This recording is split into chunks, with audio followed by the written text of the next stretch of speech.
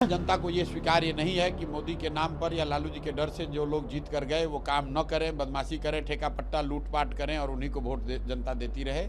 इस तीन चीज़ के खिलाफ जनता ने वोट दिया है। इस तरीके से देखते हैं कि बिहार की जनता ने भाजपा के नेतृत्व को, एनडीए के नेतृत्व को ये संदेश देने की कोशिश की है कि बिहार में एक बेहतर व्यक्ति को आप मुख्यमंत्री बनाइए और जिन वादों के साथ आप सरकार में आए हैं उन वादों पर फोकस कीजिए। अपराध, अपराधी, इनकाउंटर, हाफ इनकाउंटर, जाति, गमछा देखकर गोली मारने की जो भाषा का इस्तेमाल हो रहा है उस पर रोक लगनी चाहिए, वो बंद होना चाहिए और बिहार में शिक्षा, रोजगार और पलायन की बात होनी चाहिए। यहाँ की सरकार का मामला है, स्थानीय मुद्दा पर क्या है? स्थानीय मुद्दा तो बांकीपुर जैसे पहले था वैसे अभी भी है। नवंबर में जब लोगों ने यहाँ पर 51,000 से भाजपा को जिताया था उसके मुकाबले कोई बांकीपुर की सड़कें तो टूट नहीं गई हैं, वो बांकीपुर में कोई ऐसा गलत काम तो हुआ नहीं है। इसके बावजूद अगर लोगों ने यहाँ हराया है तो जो क्या बदला है? बदला ये है कि बिहार में भाजपा ने एक नया नेतृत्व दिया है, जो नेतृत्व बिहार के लोगों को स्वीकार्य नहीं है। इसलिए नहीं स्वीकार्य है कि उस व्यक्ति का जो चाल चरित्र, चेहरा है उसको लेकर बिहार के लोग कंफर्टेबल नहीं है। जिस जंगल राज के खिलाफ आपने वोट लिया था उसी जंगल राज के एक व्यक्ति को अगर आप भगवा रंग का चादर ओढ़ाकर बैठा दीजिएगा कुर्सी पर तो लोगों को वो मंजूर नहीं है। इसीलिए लोगों ने भाजपा के खिलाफ वोट दिया।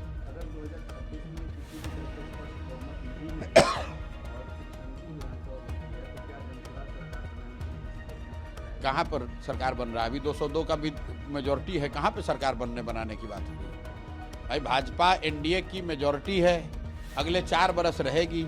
एक ही परिवर्तन हो सकता है, वो है उस सरकार के नेतृत्व का परिवर्तन और उस नेतृत्व के परिवर्तन के लिए हम लोग लड़ाई लड़ रहे हैं।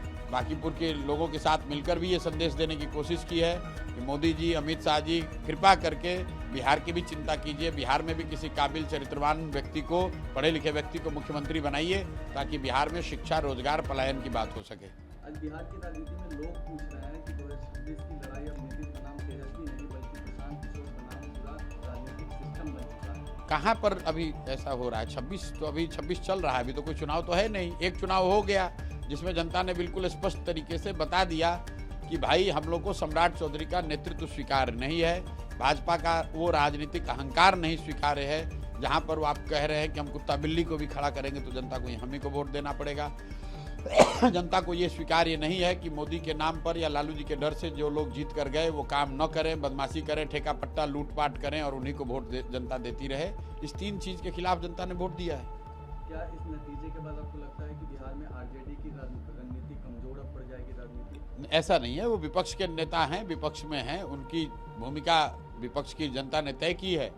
वो कमज़ोर पड़ेंगे कि मजबूत होंगे ये इस पर निर्भर करता है कि अगले 4 साल में विपक्ष के तौर पर वो कितना सक्रिय होकर काम करते हैं। अगर कांग्रेस आपके नेतृत्व के साथ आने को स्वीकार करे तो क्या? भाई हमारा कोई नेतृत्व नहीं है, कांग्रेस बहुत बड़ा दल है, कांग्रेस अपना रास्ता खुद तय कर सकती है, दिशा तय कर सकती है, मुझे उस पर कोई टीका टिप्पणी नहीं करनी है।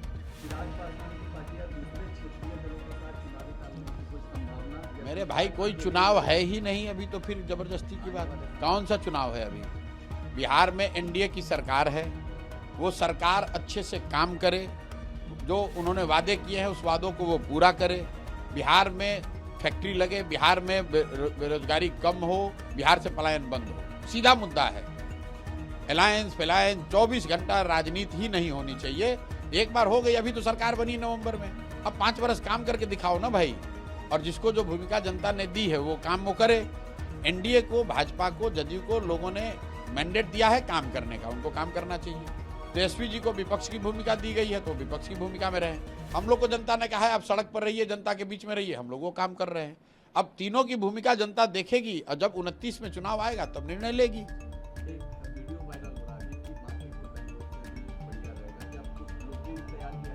अरे भाई उल्टा बात आप सुन रहे हैं। हमने ये कहा है कि एक विधायक के बनने से बांकीपुर बंगलोर नहीं हो सकता है, लेकिन आने वाले समय में अगले 10 साल, 15 साल, 20 साल में बांकीपुर भी देश के अन्य शहरों के मुताबिक बन सके, उसका एक ब्लूप्रिंट बनाकर अगले साल, 1.5 साल में जारी किया जाएगा।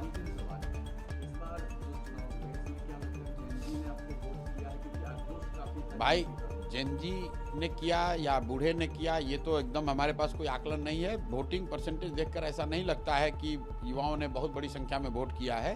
उनका गुस्सा होगा, उनकी बात का, परसेप्शन का असर जरूर परिवार पर होगा, उनके वोटिंग पैटर्न पर होगा, लेकिन वोट में स्पेसिफिकली जेनजी ग्रुप के लड़के ज़्यादा निकल कर वोट किए हैं, ऐसा मुझे अभी तक नहीं प्रतीत हो रहा है।